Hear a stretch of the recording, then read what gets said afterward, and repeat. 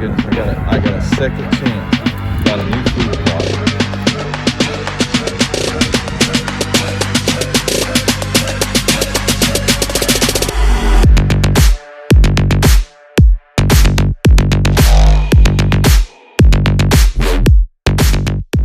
You're watching Whitetail Video Magazine. I'm Michael Moon. Thank you for joining me today. It's not often that we get second chances when it comes to our food plots. That's exactly what happened to me this year. If you're not familiar with my success with food plots in 2021, there wasn't any. We've had the weirdest weather this year. I traditionally plant in May, and that's exactly what I did this year. It was 94 degrees the day before I planted. A front came through that day and it was like 84 degrees. Soil temperatures were 70 degrees the day that I planted. It was 68 or 69 for at least 7 days straight, which is exactly what you want when you plant lab or cowpeas, which is an integral part of the summer release mix. We planted. The weather changed. The temperatures literally dropped. We saw daytime lows of 50 and 60 when it should be 90, 95 degrees. We saw nighttime lows of 39 degrees for at least 2 nights, and most of the time it was like 41, 42, very, very low overnight temperatures for May. Unseasonably cold weather for 8 days caused our ground temperatures to plummet, well below where they should be and well below where I needed them to be. As a result, plants were stunted, weeds were colossal. As far as food plots go, I had written it off this year until I saw the forecast. They were forecasting that a front would come and stall over the top of us, which were going to give us a great opportunity at great rains. I'm talking drought-ending rains and air temperatures that were going to come down from the 105, 106 that it was to 85, 80. So I'm taking advantage of the situation here and I'm trying to figure out what I'm going to do, but it's going to be tricky. First of all, I don't have access to a no-till drill right now, so I've got to figure something out there. Secondly, the summer release is not doing great. I mean, the weeds are taking over and it's really bad, but I'm thinking that with all these rains coming, it's going to give me a second chance, maybe even with the summer release. Maybe some of the legumes will come on and do a little bit better. And after all, I'm already having deer coming in and hit this summer release pretty hard.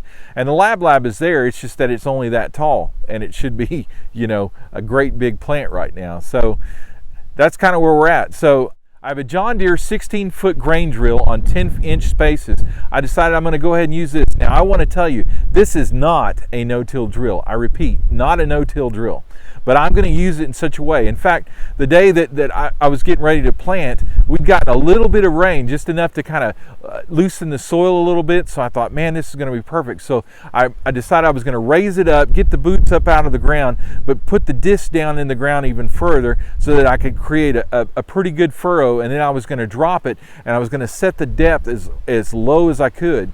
And maybe I was be able to get some of these beans in there at about 1/2 inch. So I decided I was going to go ahead and plant my cowpeas. I was going to add some soybeans to it. I was going to plant some sorghum.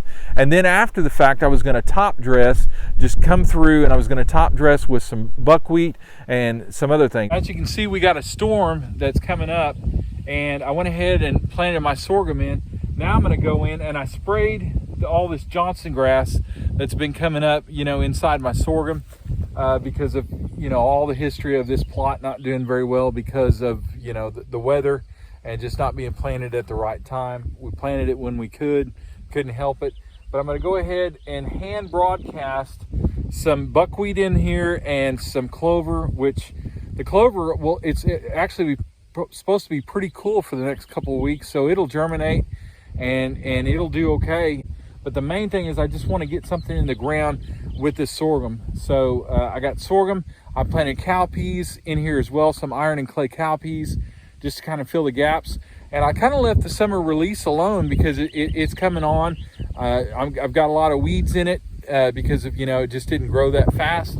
But it's starting to grow now. The rains are coming. Temperatures have finally died down a little bit. We're going to try to beat the rains, and we're going to get some seed broadcast in the ground. So I wanted to give you an aerial here of what I'm doing. This is part of the main field, and it's about 3 1/4 acres. I planted 2 1/4 acres of lab here, and then the rest was in summer release. And then I also planted summer release on all the adjacent fields that join this. On the far end of the north field here where the arrow is, I went ahead and sprayed the north border there about 40 yards back to the south. Then on the south end here, I sprayed the south border all the way to about 30-40 yards to the north. Right in about the 2/3 of the field is lab, and there's a white line that's coming up right here. Everything on the east side of that white line was sprayed. That was lab, and now that's where all of our new food plots are.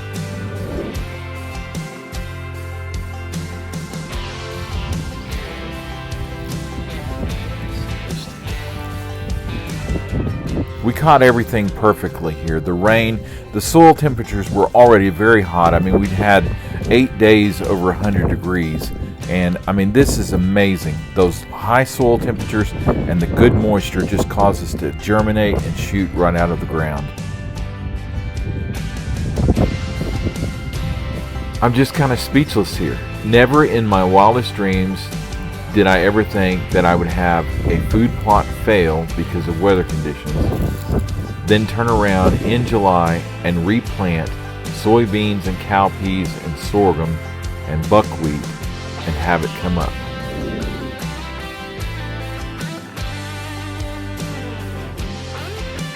I left this right here, and we've got pictures of bucks coming into this eating. And there's some native vegetation in here too that they're eating. So, you know, I'm just gonna let it grow. I went ahead and sprayed the lab because there was no point. It's so stunted that it's no benefit, but there's stuff growing in here. If you look, you got some buckwheat coming up, some cowpeas. So I went ahead and left it. Soybeans, okra. Got some of that some type of clover in here. Not sure what that is. Got some hemp growing up right here. So I mean, if you look through here, you can see stuff. There's some more hemp. There's some more type of clover down here. Lots of sorghum, cowpeas, soybeans. Come down through here, you can keep looking. Got soybeans growing, got some sunflowers just now coming up from the rains. Got some more cowpeas. I mean, there's food everywhere through this junk. So I'm just gonna leave it, and we're gonna have something good. We'll spray it later on in the fall and replant heavy on the rye.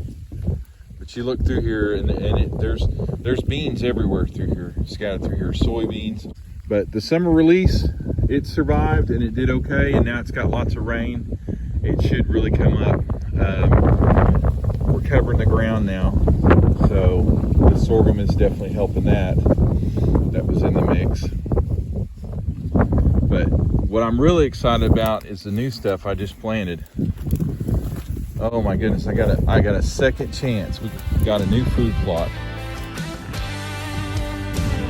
Thank you for watching the video today. Make it a great day. Go enjoy the outdoors, and may God bless you.